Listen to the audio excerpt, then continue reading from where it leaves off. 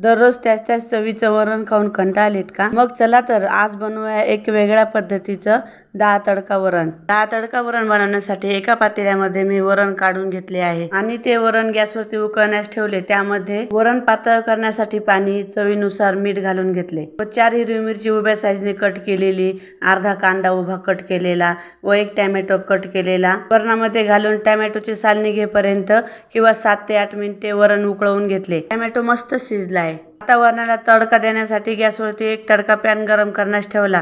Pan मध्ये 1 मोठा चमचा तेल, मोहरी, जिरं, ठेचलेला लसूण, छोटा पाव चमचा हिंग, छोटा पाव चमचा हळद पावडर, 10 ते 12 कढीपत्त्याचे पाणी घालून खमंग फोडणी करून घेतली. तयार केलेला तडका वरणामध्ये घालून घेतला व बारीक चिरलेली कोथिंबीर घालून घेतली व वरण 2 ते 3 मिनिटे उकळवून घेतले. टेस्टी तडका वरण खाण्यास तयार आहे.